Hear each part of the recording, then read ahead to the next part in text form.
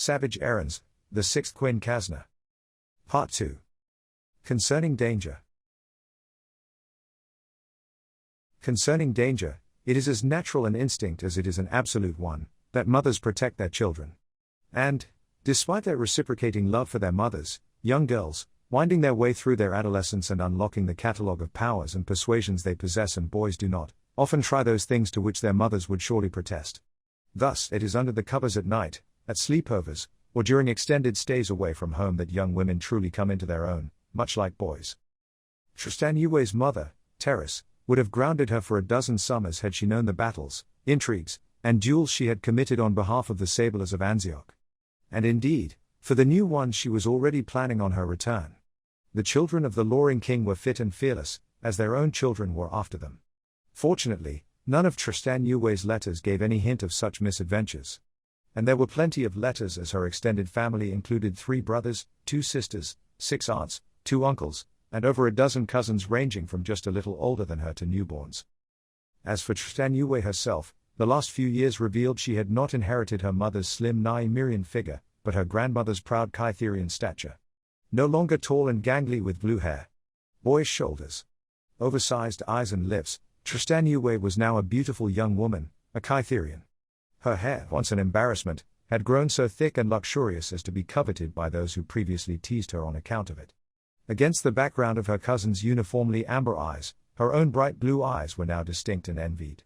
Her body had caught up to her bones, now wrapped in a lean concord of muscle, that owing to her family's strict regimen of calisthenics, weight training, and sparring, permitted her athleticism to extol her femininity instead of obfuscating it. Adding to her sensual profits, her breasts outpaced the brassieres she bought to reduce their proud sways until they had bloomed to the bold size and shape of her grandmother's, who had somehow kept her young look, appearing no more than 30 years of age. Tristanué's full Kuinkazner lips, Nigerian nose, large blue eyes, cheeks, chin, all now set in a configuration so astonishing that few men or women could look at her without captivation. All except her younger sisters Tristana and Tristal, who only saw their sister's exquisite beauty as proof of their own inevitable allure, mere years away. Though prepared, if not anxious to leave, Tristanué waited a few days until her new armor was ready. Given her enthusiasm on the matter, one could imagine she would have halted the war entirely until she was appropriately dressed to return to it. It was not the vanity of a young debutante demanding the latest fashion before gracing a gala, though Tristanué could have been accused of that in previous years. No. This armor was the work of Sefra, the most celebrated armorer on Arbonhale. Eccentric and irascible as all good artists should be, Sefra had been the personal armorer to Andruin of Sark, the foundress of the Sabler order, now translated to glory.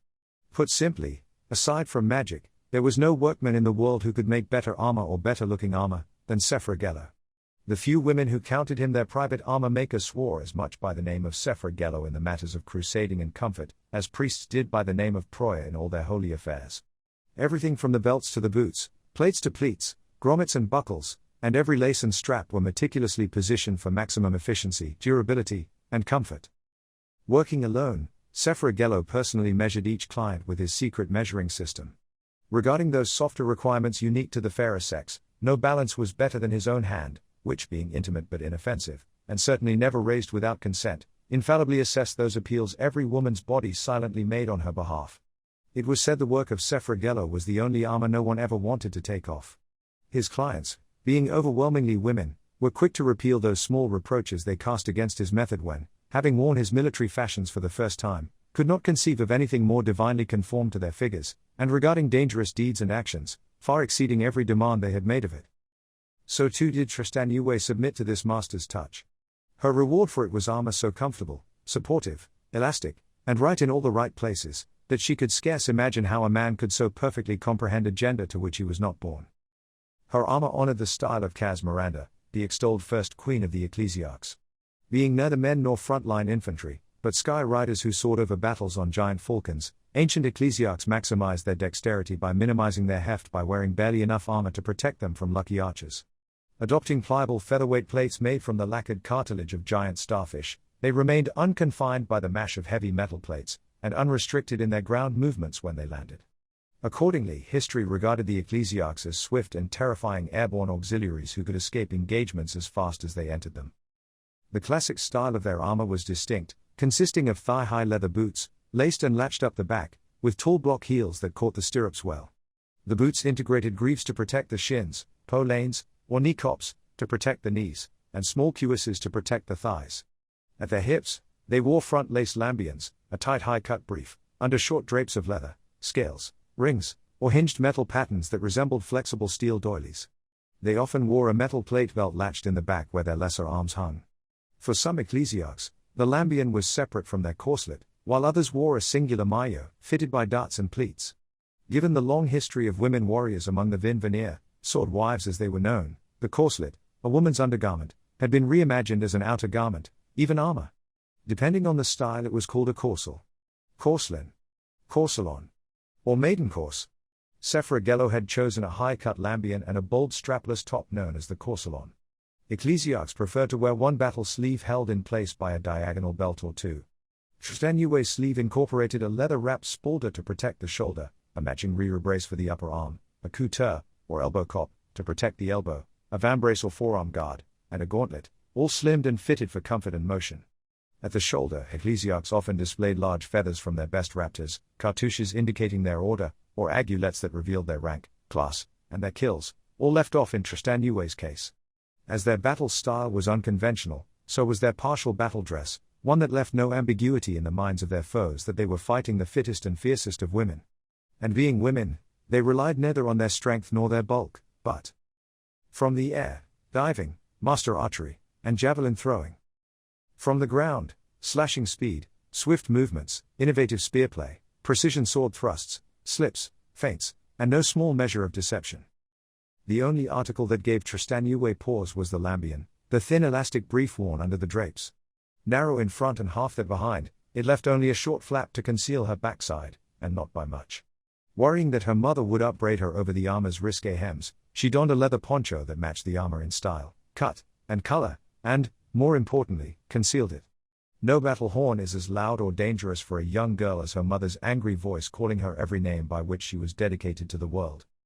Having grown up on the legends of Shah Paul, that avenger of old, Tristanué had expressly asked for black armor, but Sefragello ignored her, as he did everyone, and cast the whole work in varying shades of azure, including glossy, matte, satin, textured, and plain. The suit was accented by black and silver, enchased with runes, especially around the edges of the plates. Tristanué was initially furious over the change until a chorus of compliments convinced her that Sefragello, the legendary artist, knew far more about art and beautiful women than she did. Being Kuinkazner, Tristanué's sense of smell and taste were extreme, far more than the average person's. For this reason, Kuinkazners were nearly as famed as Sarkins or Sangvanir for their ability to track men, stalk monsters, and pace animals across great distances. Fresh from the workshop, Tristanué could smell nothing but the fresh steel, leather, new oil, and lacquer. It was hers and no one else's. Now dressed for victory, she was ready to return to Anzioch and the great struggle there. But there was a problem, and it was an unexpected one. The armor was so pretty she did not want to see so much as a scratch on it. Unfortunately, lots of things get scratched in battle. Even the soul.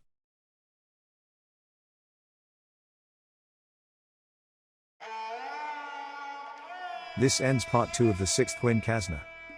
Please like, share, and subscribe.